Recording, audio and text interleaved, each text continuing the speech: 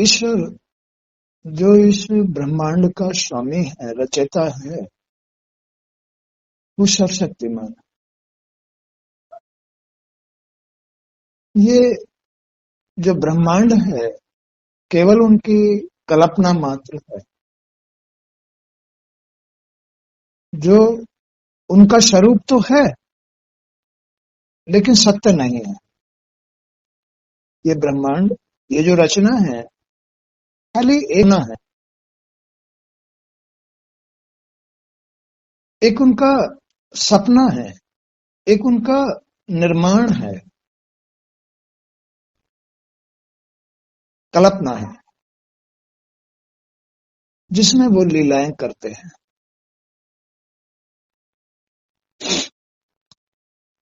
उन्होंने अनेक प्रकार की रचनाएं की हैं।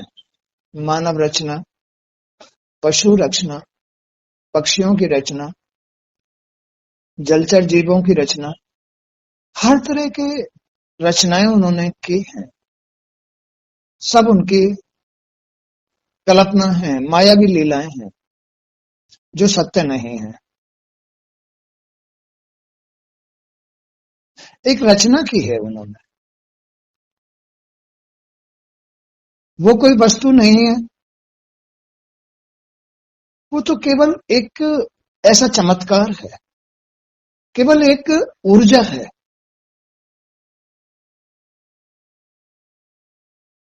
जिसे न कभी जन्म लेने की जरूरत पड़ती है, न मरने की जरूरत पड़ती है, न उनमें कोई गुण है, न उनमें कोई कर्म है। ऐसी कोई ऊर्जा है जो हमारा भी संचार करती है। हमारी उत्पत्ति भी इस ब्रह्मांड में उन्होंने ही की है, इसलिए हम उनके अंश कहलाते हैं। इस ब्रह्मांड की रचना तो उन्होंने की है, अपनी युक्ति से, अपनी कल्पना से इसका निर्माण किया है, और स्वयं ही इसके अंदर वास करके और अपनी मायावी क्रिया से मुझको पैदा कर दिया। अपनी मायावी क्रिया से मुझे पैदा कर दिया, जन्म दे दिया मुझे। मैं उनका अंश हूं, मैं उनकी संतान हूं। इस तरह से ही हर जीव अपने अपने चोले के अंदर, अपने अपने विग्रह के अंदर, अपने अपने शरीर के अंदर उनकी ही संतान है। चाहे चींटी हो, चाहे पशु हो, चाहे पक्षी हो, सब उनकी ही संतान है।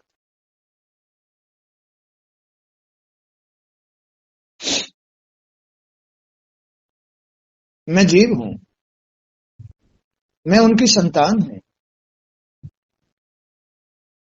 ये मुझे मानना चाहिए।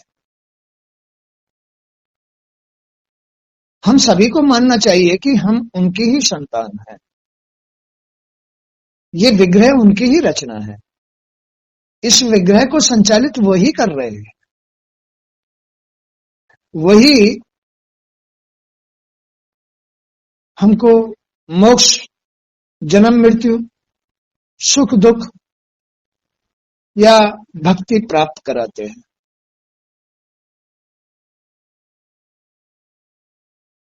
तो इसके अंदर मुझे भक्ति का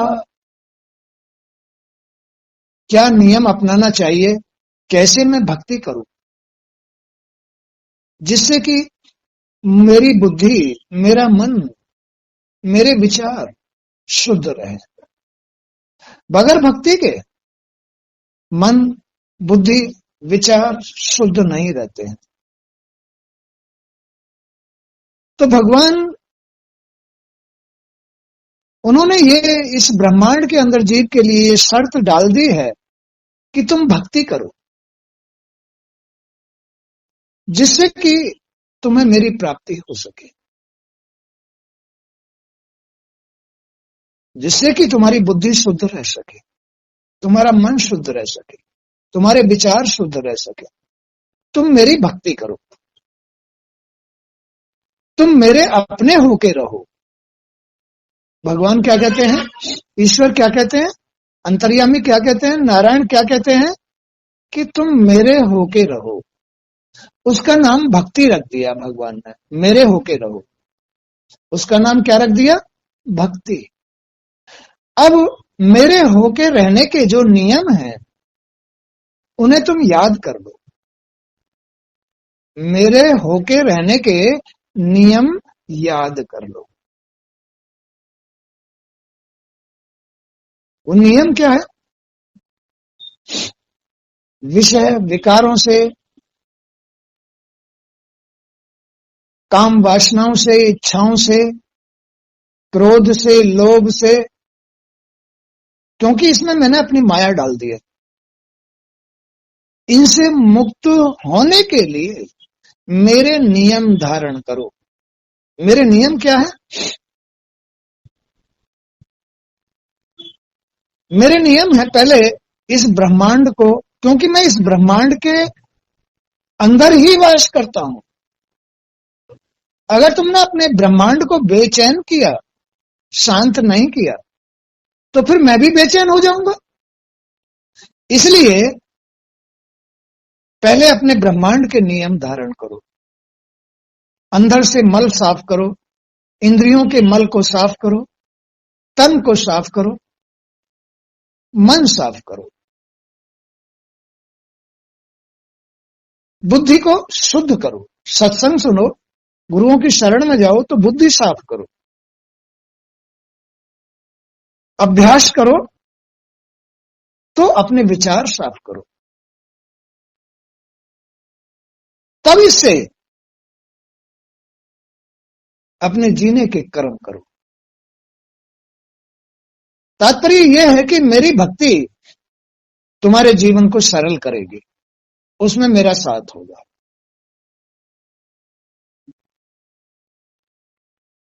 तो भगवान श्री कृष्ण कहते हैं कि जो ज्ञानी पुरुष हो जाते हैं वो अपने ज्ञान के द्वारा निरंतर मुझे अपने अंतःकरण में ही धारण करते हैं। जो ज्ञानी पुरुष हो जाते हैं, जो मुझे प्राप्त करते रहते हैं, जो मेरी भक्ति करते रहते हैं, जो मेरे नियमों को धारण करते रहते हैं, उनको ज्ञान की प्राप्ति, निखार की प्राप्ति, उन्हें अच्छाई की प्राप्ति हो जाती है। जैसे कपड़े को हम बार बार धोते रहते हैं, मैला नहीं होने देते हैं, तो उसमें निखार आता चला जाता है और खूबसूरती आती चली जाती है। वो जब खरीदा था जब तो कड़क था, और जब उसको बार बार धोया तो मलमल जैसा हो गया, मुलायम मक्खन जैसा हो गया। तो ऐसे ही तो जो ज्ञानी पुरुष हैं अपने ज्ञान के द्वारा निरंतर मुझे अपने अंतःकरण में ही अनुभव करते रहते हैं, देखते रहते हैं। तत्व ज्ञान के लेस मात्र के उदय होते ही जब उनके अंदर इन सब बातों का जो अभी मैंने दर्शाई है तुम्हें, कि पहले अपने ब्रह्मांड का यानी शरीर, ये तत्व है शरीर, जब उसे तत्व ज्ञान हो जाता है शरीर का, मेरा, मन का, बुद्धि का, ज्ञान का, इंद्रियों का, विचारों का, भाव का, कर्म का, माने कि जब उसको अपने ज्ञान से तत्व ज्ञान हो जाता है तो उसको स्वतः ही मेरी सिद्धि प्राप्त हो जाती है, भगवान की सिद्धि प्राप्त हो जाती है। उनकी सिद्धि प्राप्त होते ही वो जीव सिद्ध हो जाता है, भगवान में हो जाता है। उसका जी, वो जी अब जी सांसारिक जी नहीं रहा। जिसको भगवान की सिद्धि प्राप्त हो गई वो फिर सांसारिक जीव नहीं रहा। सिद्धि प्राप्त होते ही वो सिद्ध हो जाता है, भगवान में हो जाता है, सिद्ध हो जाता है। वो केवल नियम धारण करने से, देख लो, पहले इस ब्रह्मांड के नियम धारण, अपना संसार, अपना घर गृहस्थी साफ सुथरी होनी चाहिए, खान पीन, संगत, रंगत, सब अच्छी होनी चाहिए, साफ सुथरी होनी चाहिए,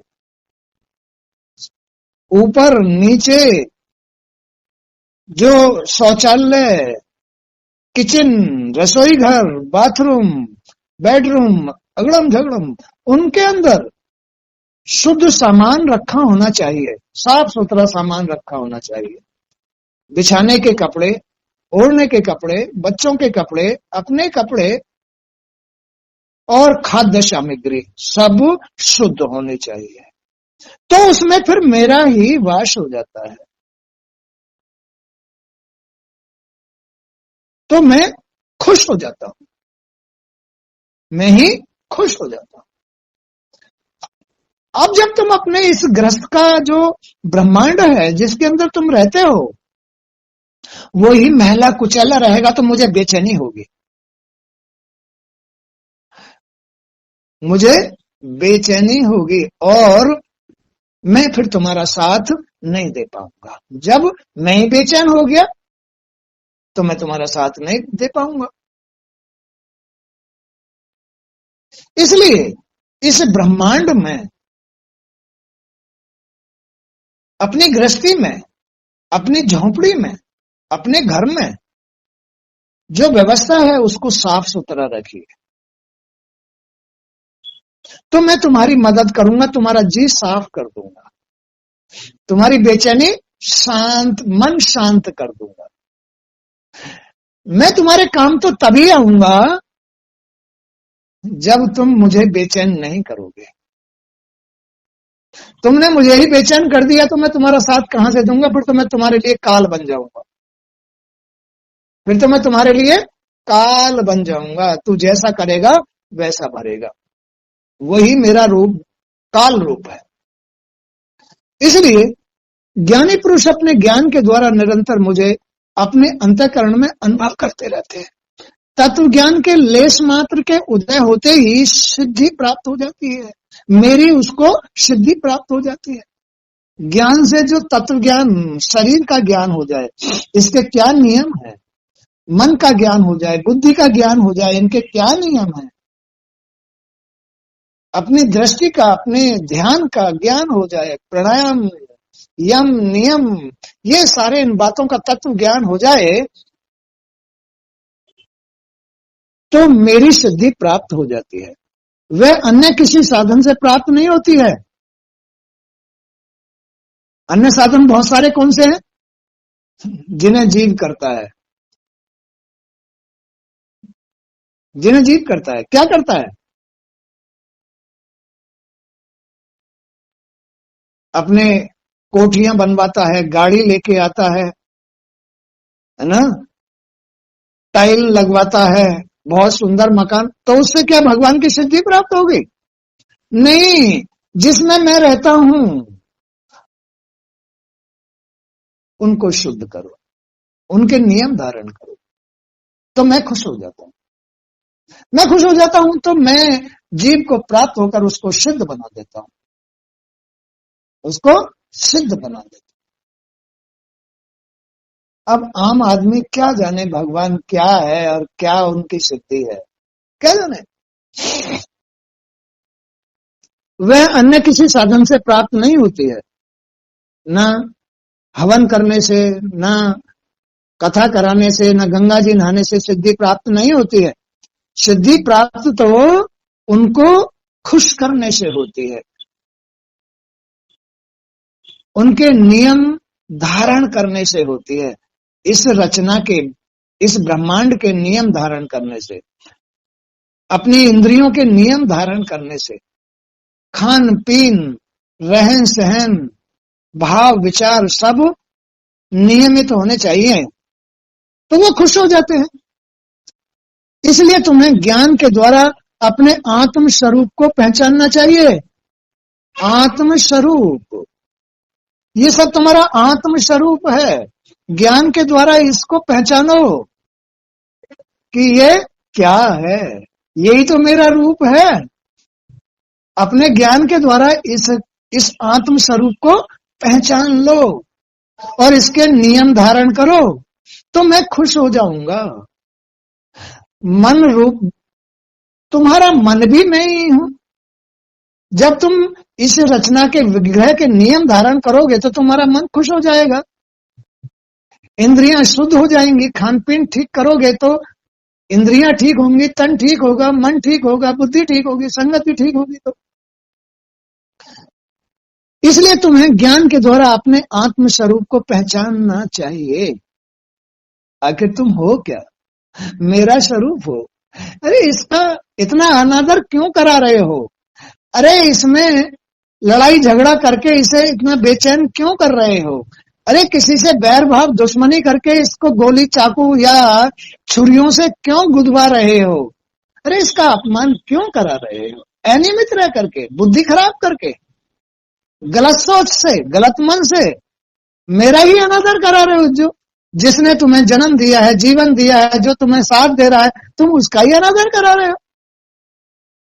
इसलिए अपना मन, बुद्धि, विचार शुद्ध करो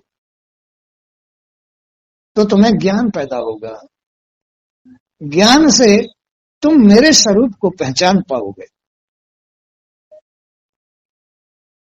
तुम जब मेरे स्वरूप को पहचान लोगे और मुझे खुश कर लोगे तो मैं तुम्हें सिद्धि प्राप्त करा दूंगा। सिद्धि प्राप्त का मतलब है कि तुम्हें मैं प्राप्त हो जाऊंगा।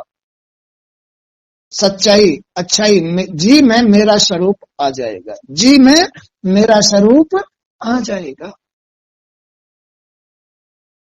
इसलिए तुम्हें ज्ञान के द्वारा अपने आत्म स्वरूप को पहचानना चाहिए और भक्ति भाव से मेरा भजन, भक्ति भाव से मेरा भजन करना चाहिए। भजन का अर्थ है, भक्ति भाव का मैंने अभी अर्थ बताया कि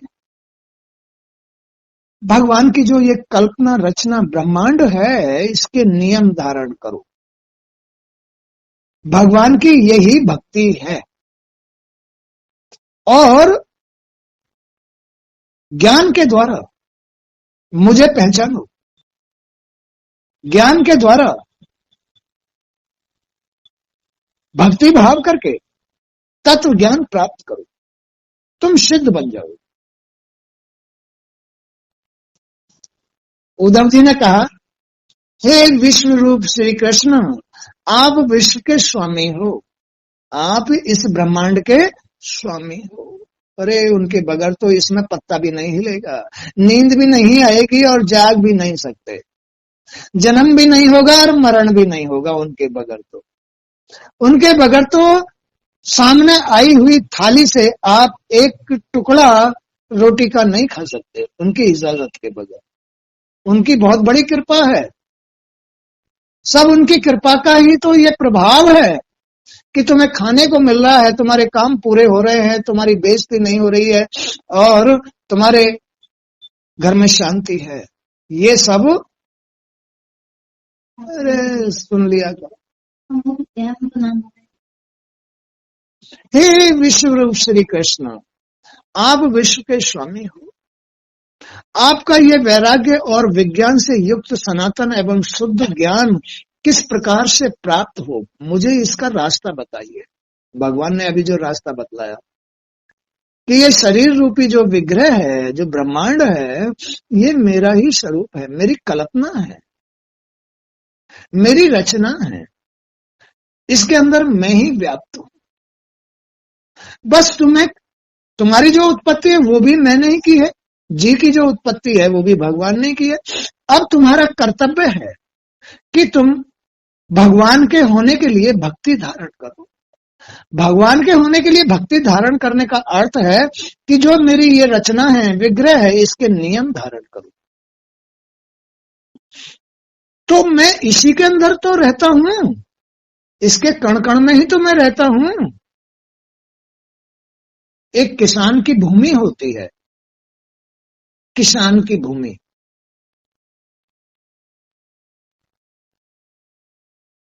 गांवों के अंदर लोग बाग शौच खेतों में जाया करते हैं, जंगल में जाया करते हैं।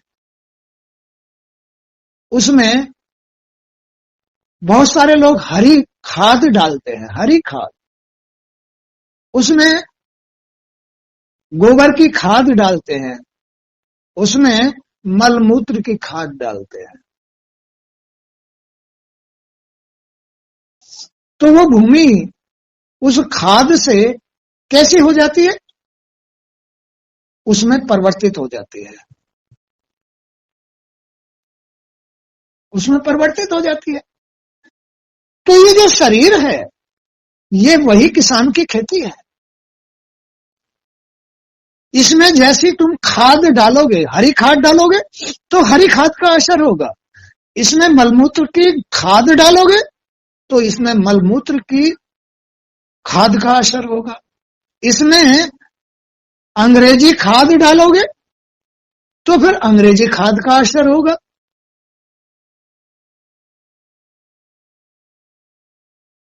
होगा नहीं होगा? बस अब तुम समझ लो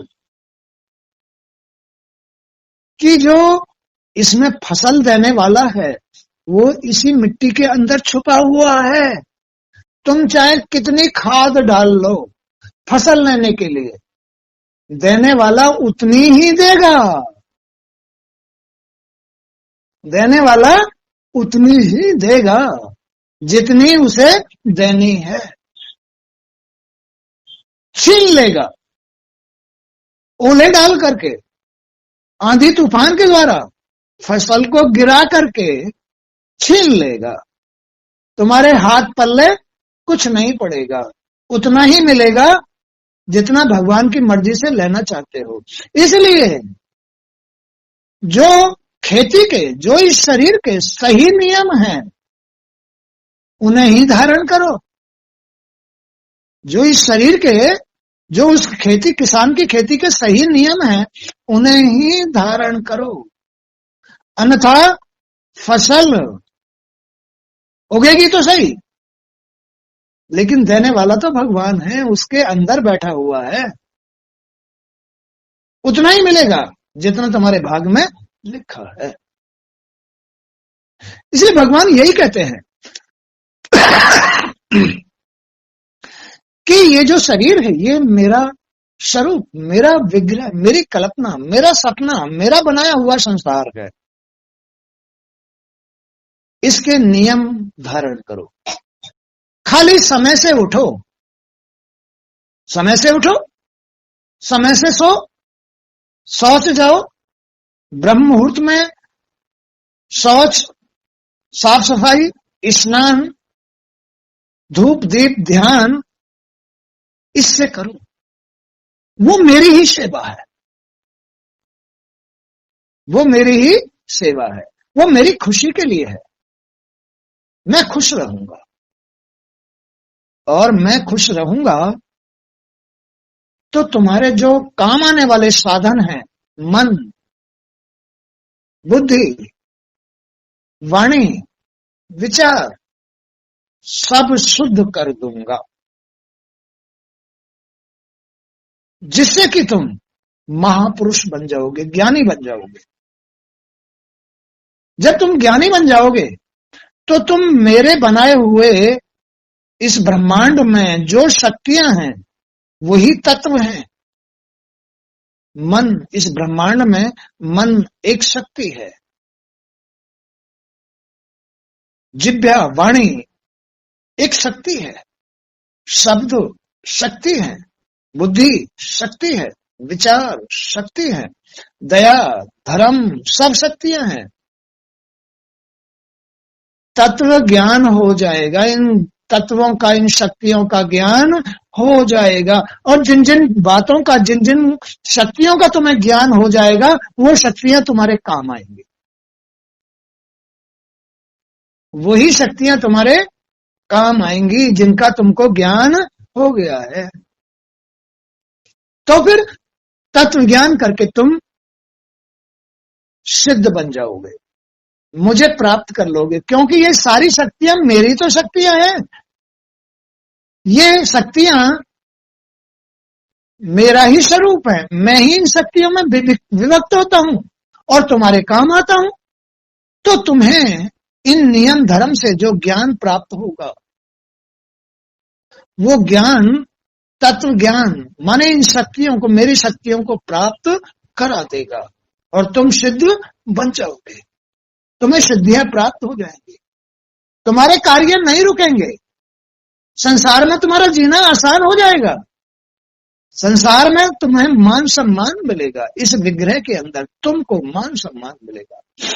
ये मेरी भक्ति कहलाती है। इससे जीव उच्च पद को प्राप्त होता है भक्ति से, ज्ञान के द्वारा, तत्व ज्ञान के द्वारा, सिद्धि के द्वारा। मुझे प्राप्त करके, मेरी भक्ति प्राप्त करके उच्च पद प्राप्त करता है, मेरा पद तक प्राप्त कर सकता है।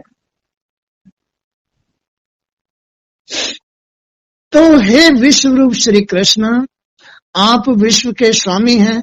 आपका ये जो वैराग्य रूप आपने बताया और ज्ञान से युक्त सनातन एवं शुद्ध ज्ञान आपने दिया, इसे मैं किस प्रकार प्राप्त करूं, उसे कृपया मुझे समझाइए। प्रभु, आपका ये सेवक संसार रूपी अंधेरे कुएं में पड़ा हुआ है।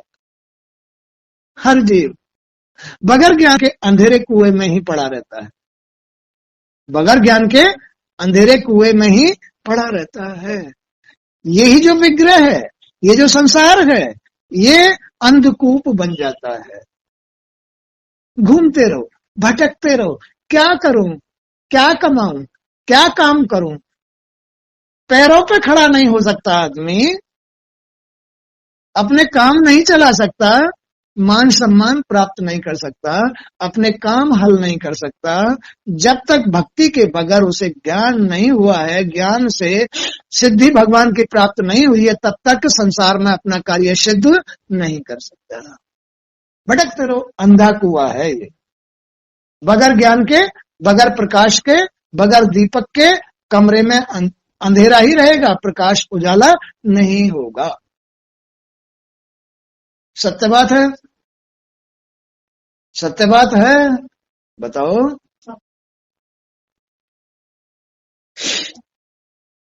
तो प्रभु, आपका ये सेवक संसार रूपी अंधेरे कुएं में पड़ा हुआ है, काल रूपी सर्प इसे डसने को तैयार है। कर्मों के अनुसार काल पैदा होता है। बगैर ज्ञान के जीव अज्ञानता में, संसार में ही लिप्त रहता है, विषय विकारों में, विषय विकारों में लिप्त रहता है। घूमेगा फिरेगा, मांस मट्टी खाएगा और विषय अपनाएगा, विषय अपनाएगा, अपनाएगा ना। और फिर दिन नहीं कटा, रात नहीं कटी, रात को बेचैनी और दिन को कुसंगति धारण करेगा, कोई नियम नहीं रहेगा। दिन में पैर फैला के खर्राटे मार करके सोएगा, क्योंकि भक्ति नहीं है, ज्ञान नहीं है, अंधे कुएं में पड़ा हुआ है, संसार ने भटका रखा है। अब उसके जो ये कर्म है, सर्प रूपी काल बन जाता है, जो डसने के लिए हर वक्त तैयार बैठा रहता है। काल रूपी सर्प कर्मों के अनुसार जो प्राप्त हुआ है, इस अंधे कुएं में पड़ा हुआ जीव, संसार में अज्ञानता में फंसा हुआ ये जीव काल रूपी सर्प के चंगुल में फंस जाता है। काल रूपी चंगुल, काल रूपी सर्प के चंगुल में फंस जाता है। बगैर ज्ञान के, बगैर भगवान की मदद के, अज्ञानता में, बगैर तत्व ज्ञान के जाने हुए, बगैर भक्ति किए हुए ये जीव काल रूपी सर्प के चंगुल में आकर के बस बेचैन रहता है, बेचैन रहता है। फिर भी विषय भोगों की तृष्णा मिटती नहीं है। कैसे मिट जाएगी? बगैर ज्ञान के विषय भोगों में ही लगा रहेगा। जैसे बच्चा माँ के दूध से लगा रहता है, बच्चा माँ के दूध से लगा रहता है, ऐसे ही जीव बस इस संसार में कुकर्म करता रहता है। संसार में जीव वो कर्म करता रहता है। और इससे अब करे तो करे क्या बेचारा, मन को तो बहलाना ही है, जी को तो बहलाना ही है। अब भटका हुआ है, अंधकार में है, ज्ञान नहीं है, प्रकाश नहीं है, भगवान का साथ नहीं है, तो मन को तो बहलाना ही पड़ेगा, जी को तो बहलाना ही पड़ेगा, बच्चे की तरह। चाहे दूधियों में दूध हो या ना हो, बच्चा उनको बस वैसे ही चाटता रहता है। क्या करें? ऐसा जी अंधे कुएं में पड़ा पड़ा करता रहता है, बगैर ज्ञान के, बगैर लो के प्रकाश नहीं होता है।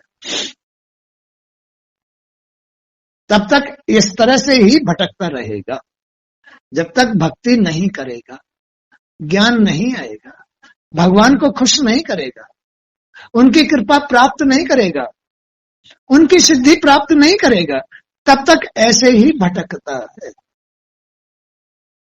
बोलो बात सही है?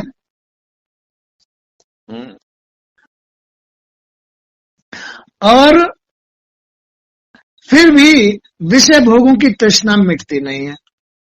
ज्यों ज्यों मैं इसे तृप्त करता हूं, लो भाई आज तृप्त कर लिया, क्यों क्यों वो और बढ़ती चली जाती है। जैसे आग पे घी डालने से वो बुझती नहीं है और बढ़ती चली जाती है। कृपया हे भगवान श्री कृष्ण, हे मेरे स्वामी विश्व आत्मा, मेरा उद्धार कीजिए, मुझे इस अंधे कुएं से निकाल दीजिए। मैं आपका आभारी रहूंगा, मैं आपको धन्यवाद करूंगा, बार बार धन्यवाद करूंगा प्रभु।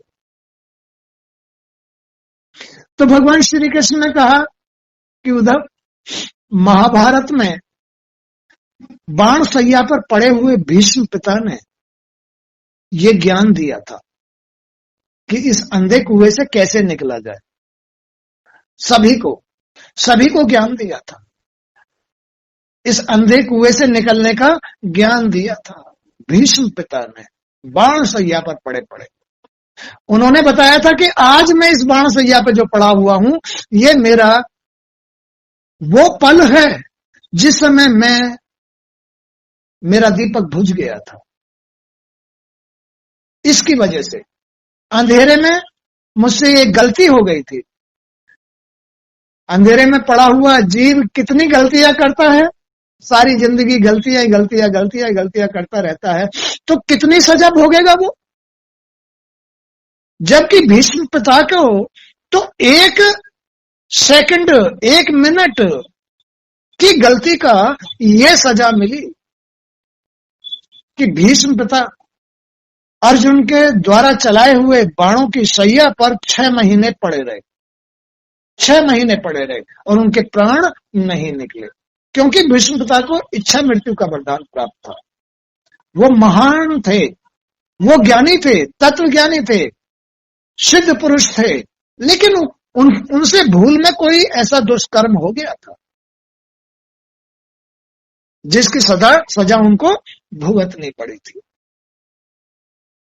तो ये वो विग्रह है, ये ऐसा ब्रह्मांड है, इसमें एक भी गलती की सजा उसके अनुसार उसको भुगतनी पड़ेगी। एक चींटी को तुमने लापरवाही से मार दिया, अज्ञानता में मार दिया, तो उसकी सजा तुमको भुगतनी पड़ेगी। ईश्वर व्याप्त है इसके अंदर। एक चींटी को मारने की सजा तुमको भुगतनी पड़ेगी। तुम्हें भी चींटी एक दिन मानव बनकर के मारेगी, तब तक जन्म लेते रहना पड़ेगा, जब तक वो मानव बनेगी। अब वो कब मानव बनेगी ये तो भगवान ही जाने, और वो तुम्हें पैर से कुचलेगी जब जाकर के तुम्हारा पीछा उस ऋण से छूटेगा।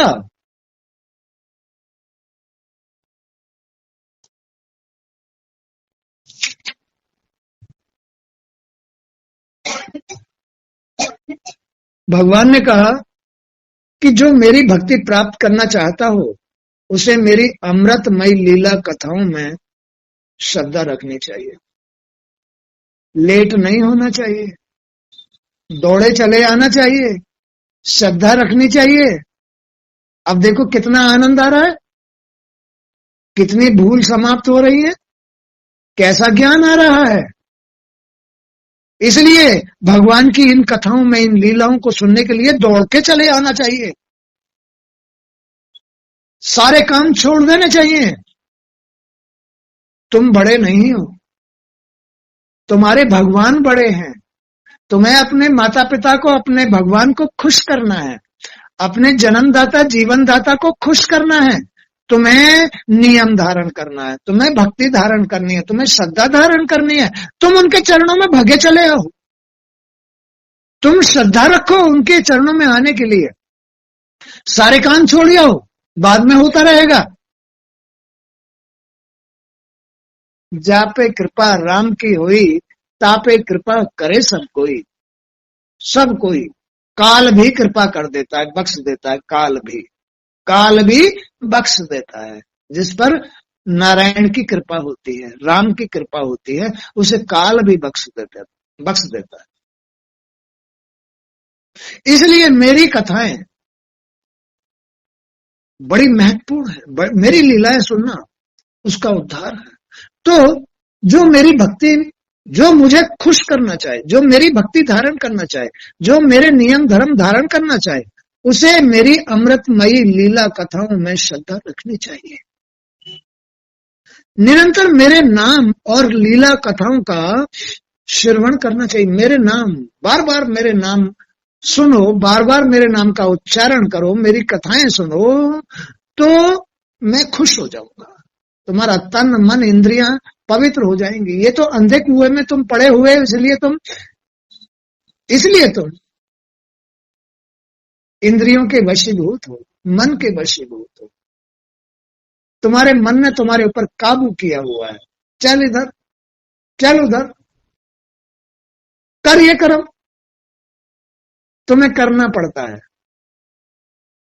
नहीं, तुम मेरे अंश हो।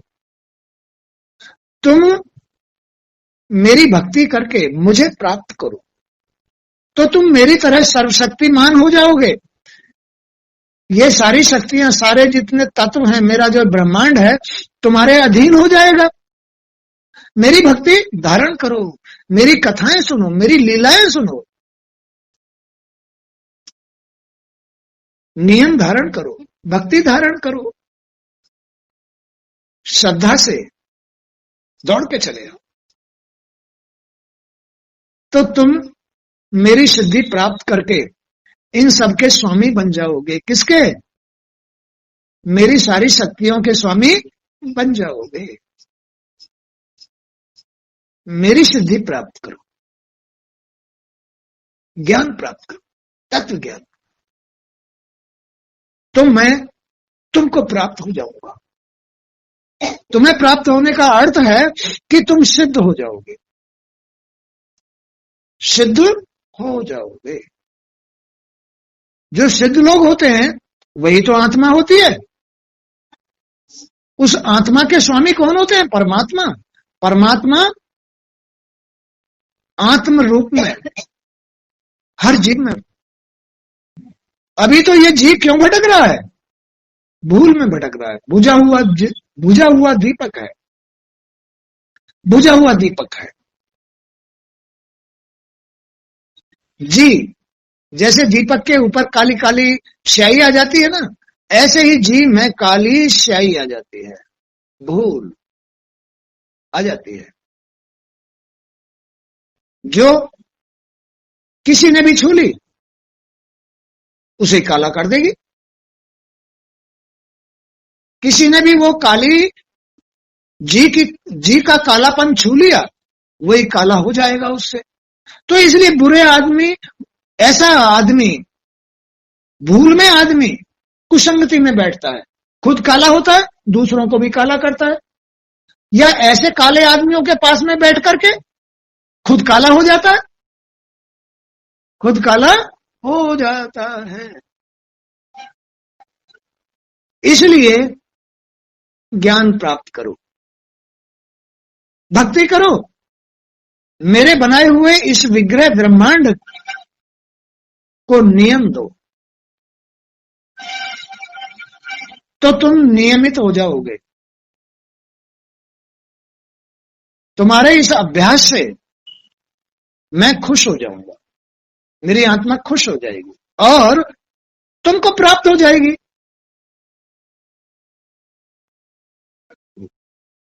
तब तुम्हें मेरी लीला कथाओं में आनंद आएगा।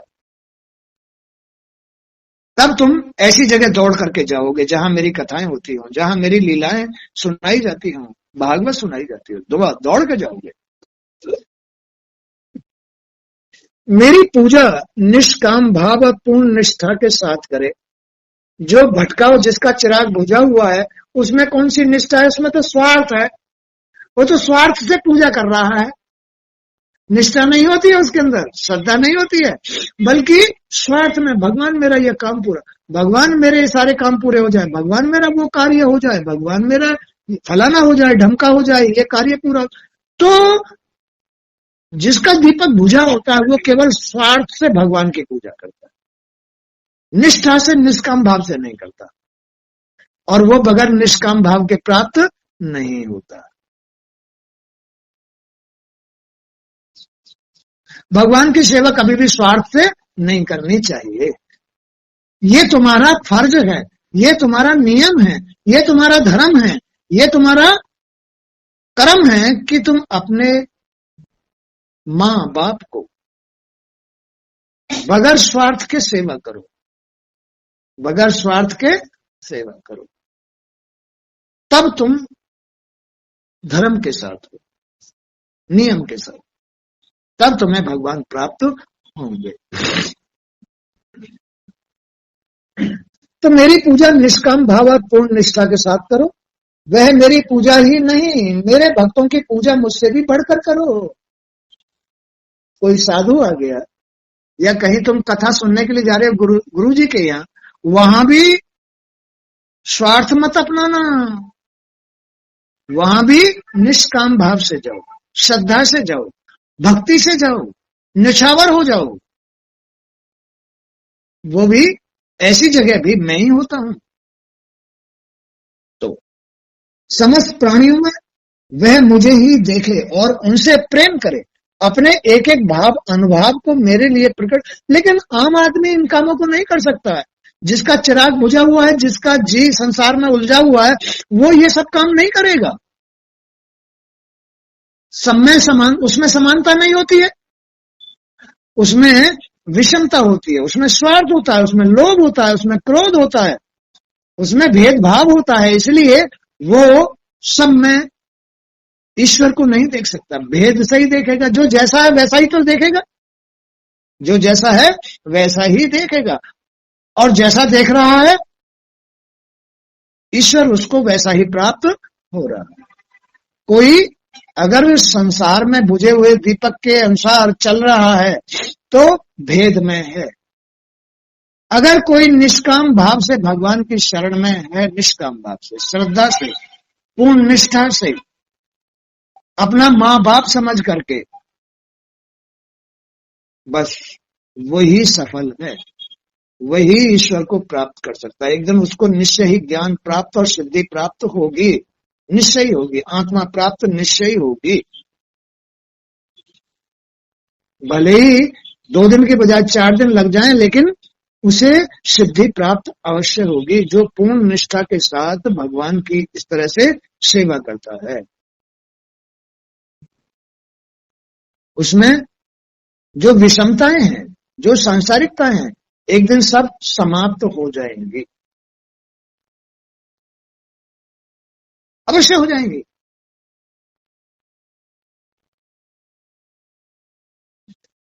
तो अपनी समस्त कामनाओं का त्याग कर दे और अपने समस्त कर्मों को मुझे ही समर्पित करे। लेकिन जो सिद्ध पुरुष होगा, तत्व ज्ञानी ज्ञानी पुरुष होगा, जो नियम धर्मी होगा, वही अपने सभी कर्मों को ईश्वर को समर्पित करेगा। स्वार्थी नहीं करता, लोभी नहीं करता, वो अपने स्वार्थ के लिए करता है, अपनी पूर्ति के लिए करता है, अंडा खाने के लिए, वो शराब पीने के लिए, कुछ संगति करने, वैश्यावृत्ति करने के लिए करता है। लेकिन जो ज्ञानी ध्यानी तत्वज्ञानी निष्कामित आदमी होता है, जो ज्ञान रखता है, भगवान की सिद्धि जिसको प्राप्त हो गई है, वो निष्काम निस्वार्थ केवल अपने भगवान की सेवा कर रहा है। जो कर्म कर रहा है भगवान के लिए कर रहा है। इसलिए वो भगवान का है, वो जीव भगवान का है, भगवान को प्राप्त हो गया, सिद्ध हो गया है, वो भगवान का है, भगवान उनका, वो भगवान का हो जाता है, भगवान उनका हो जाता है। भगवान जहां रहते हैं वहीं वो भक्त रहता है। भगवान तो बैकुंठ में रहते हैं, माने कि संसार में रहते हुए भी वो संसार को धारण नहीं करते, वो बैकुंठ में रहते हैं।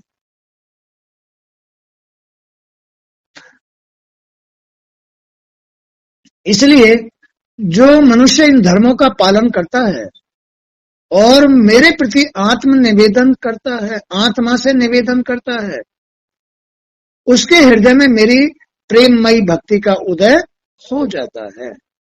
उसके हृदय में, मन में, बुद्धि में, चित्त में, वाणी में मेरी प्रेममयी भक्ति का जो असर है, प्रभाव है, वो आ जाता है। वो प्रभाव मैं ही हूं, वो प्रभाव भी मैं ही हूं। सच्चाई उसके हृदय पर आ बैठती है, अपने सिंहासन पर विराजमान हो जाती है। जो भगवान की भाव भक्ति नियम धर्म और सम दृष्टि निष्काम भावी से उनकी पूजा करता है, सारे कर्म उनको समर्पित करता है, फिर उसके हृदय पर ईश्वर आ विराजता है। फिर अब उसके लिए कोई काम इस संसार में मुश्किल नहीं, सारे काम होंगे, सम्मान मिलेगा, जीने में आनंद आएगा, ज्ञान रहेगा, अच्छा बुरा पहचानेगा और पार हो जाएगा, निरोग रहेगा, संपन्न रहेगा, खुश रहेगा। रात को भी आराम से नींद आएगी, दिन में भी खूब भगवान का ध्यान भजन सम्मान ये सब कुछ प्राप्त करेगा। तो आज का सत्संग भी यहीं तक। जय श्री कृष्ण।